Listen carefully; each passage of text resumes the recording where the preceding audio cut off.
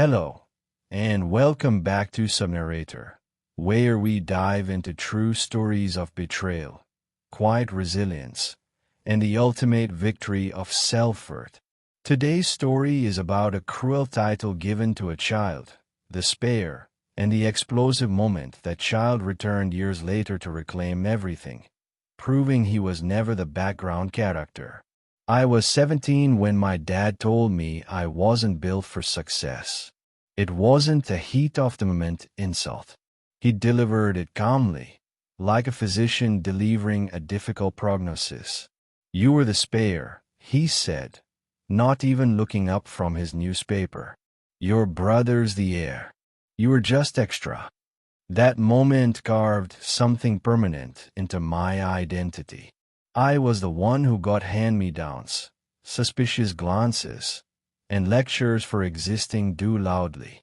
My older brother, Nathan, was the golden child, the star athlete, the favorite with the Lakeview room. I was the shadow. I tried harder, got a job at 15, kept my grades solid, even tutored Nathan when he started slipping in math. But nothing changed. My efforts were met with constant criticism. I was lazy. I had no ambition. This quiet war escalated the summer before my senior year. Nathan wrecked his brand new car, completely totaled it while driving drunk after a party. I was the one who found him, bleeding and begging me not to tell mom and dad. I took the blame. I told them I borrowed the car, that I'd panicked and run. I thought this act of loyalty, of protecting the family name, would finally earn me a shred of respect. Instead, my father simply pointed to the door. Pack your things. You've embarrassed this family enough. That night, I slept in a bus shelter with just $12 in my pocket. The next morning, I walked back to grab my backpack and found a trash bag with my clothes and a note. You're on your own now. Learn something from this. No one checked on me. Not once. My mother told everyone I'd chosen the streets because I was rebellious. Nathan went on vacation to Florida 2 weeks later, posting beach selfies like nothing had happened. For 3 brutal years, there was silence. It was like I had never existed. I kept myself alive, working double shifts, sleeping on cardboard in a stockroom when I could get away with it. But that silence, the complete, utter abandonment, was the true wound. My liberation came slowly. I got my associate degree in business through community college, moved 3 towns away, and built a small but thriving freelance marketing business using library Wi-Fi. I finally felt free of them. Then, last month, the silence broke. Is that your face on the billboard of Route 9? The text was from my mother. Yes, it was. The local Chamber of Commerce had featured me as a young entrepreneur after I helped several local shops triple their online sales. It wasn't a huge deal globally, but to me, it was proof I wasn't a Spare. 2 hours later, my dad called. I didn't answer. Then came the voicemails from Nathan, from distant relatives I hadn't spoken to in years. Suddenly, everyone was warm, supportive, and curiously interested in how I was doing. I knew instantly. They hadn't changed. They only reached out because they saw I had something they wanted. The next day, my mom called again. She left a message. We're going through a rough patch. Nathan and his wife might lose their place. We were wondering if you still had that spare room you used to mention. I laughed out loud, because that spare room didn't exist. I had bought the whole house, and I bought it in cash. I ignored the pleas. I just stayed silent. But silence, I learned, wasn't enough to deter their entitlement. The following week, I came home from a client meeting and saw a familiar silver Honda Civic parked across the street from my house. No mistaking it. Sitting on my porch, holding a Tupperware container of what I assumed was guilt-laced banana bread, was my mother. She stood up when I got out of my car, arms already reaching.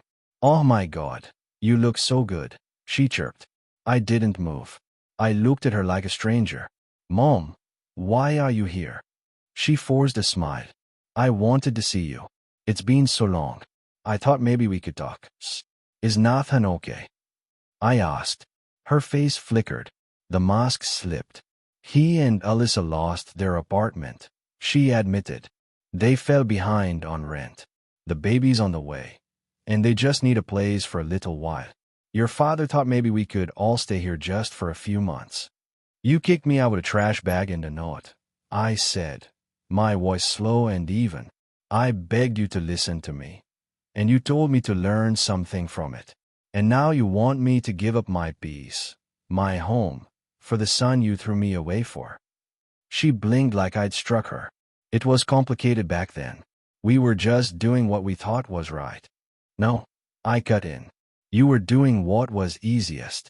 You believed whatever Nathan said because it made your life simpler. It didn't matter if it ruined mine. I saw a flash of shame in her eyes, quickly replaced by brittle defensiveness. Well, we didn't know how things would turn out. You've clearly done well for yourself, so maybe it wasn't such a bad thing after all.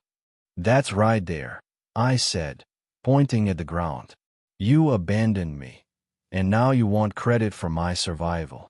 You are not coming inside, and you can tell Dad and Nathan and everyone else that this house doesn't have a spare room. She opened her mouth, but I beat her to the punch. You are being selfish. I paused, looked her in the eye, and smiled. No, Mom. I'm just done being useful to people who only remember I exist when they need something. Then I closed the door. She didn't knock again. That night, the old guilt tried to creep in, but I fought it with the memories, the look on my mom's face when Nathan lied about me, the years of complete silence. I owed them nothing, but I wanted accountability. I drafted a message, not to them, but to my extended family, the cousins, aunts, and uncles who had heard their fabricated version of events for years. I told them everything: the car crash, the fake confession, the trash bag, the years of silence, and the audacity of the Tupperware visit. I attached a screenshot of a text Nathan had sent me years ago, the one where he bragged about how easy it was to get rid of me. I hit send. The messages poured in. Aunt Mary, is this real? I never knew this happened to you. Uncle Leo, your parents said you ran away, that you were doing drugs. The shock, the sympathy, the overwhelming confirmation that I was not crazy. Then came the message I least expected. Alyssa, Nathan's wife. I'm so sorry. I had no idea. He told me you were unstable and violent. I feel sick. She messaged again. I left him last night. Apparently, she had read the email out loud to Nathan. He laughed, then got defensive, then violently angry, trying to grab her phone. Alyssa, 7 months pregnant, saw the pattern and knew her baby deserved better. She packed a bag and left.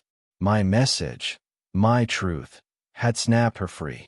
A few days later, I ran into Nathan outside my coffee shop.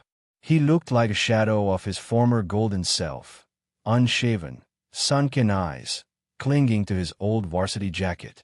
You think you're better than me now? He sneered.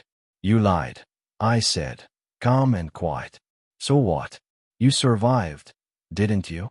You've got your big house and your little billboard. So quit crying, he spat, smelling of cheap beer. I didn't scream. I didn't engage in his pathetic scene. I stepped around him, opened my car door, and said the final words he'd ever hear from me. You lied. I thrived. And now you have to live with that. A week later, I got a certified letter from my parents' lawyer, threatening defamation proceedings over my email. I laughed. My own lawyer confirmed their claim was baseless. The attached evidence, especially Nathan's unwritten admission, would bury them. They went silent again. But the most profound chapter began when my father knocked on my door just after dusk. He stood there, a man shrinking inside his own body, holding a stack of papers. I'm signing over the house to you, he muttered, not meeting my eyes. Your grandmother said you'd earned it more than any of us ever did. Grandmother. That was the moment I knew something was wrong. She's sick, he added. Cancer.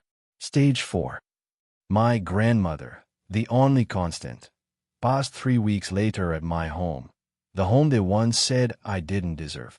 I held her hand as her breaths grew shallow. Promise me you'll plant something new every spring, she whispered. That's how you start over. After she was gone, I found a final gift in a small wooden box under her bed. A stack of old journal entries, yellowing paper, spanning years. She had written everything, the bruises, the lies, the way Nathan staged every accusation, the cruelty my mother showed. Proof. And at the bottom of the box, a deed transfer for her house, already notarized. She had made me the sole heir. Her final act wasn't about sadness. It was about undeniable justice. The funeral was small and private. But of course, they came anyway. My mother approached afterward, looking around at the beautiful garden, the community of friends gathered around me. Is it true? She asked. Did she leave it all to you? I looked her in the eye and said the one thing she always denied me. Yes. That night, they left a final letter on my doorstep, a formal request for temporary accommodation in her house, the same house they'd abandoned her in when she took me in.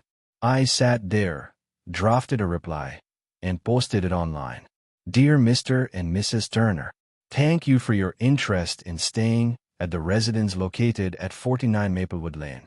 At this time, all rooms are currently occupied by peace, silence, dignity, and the long overdue scent of lavender.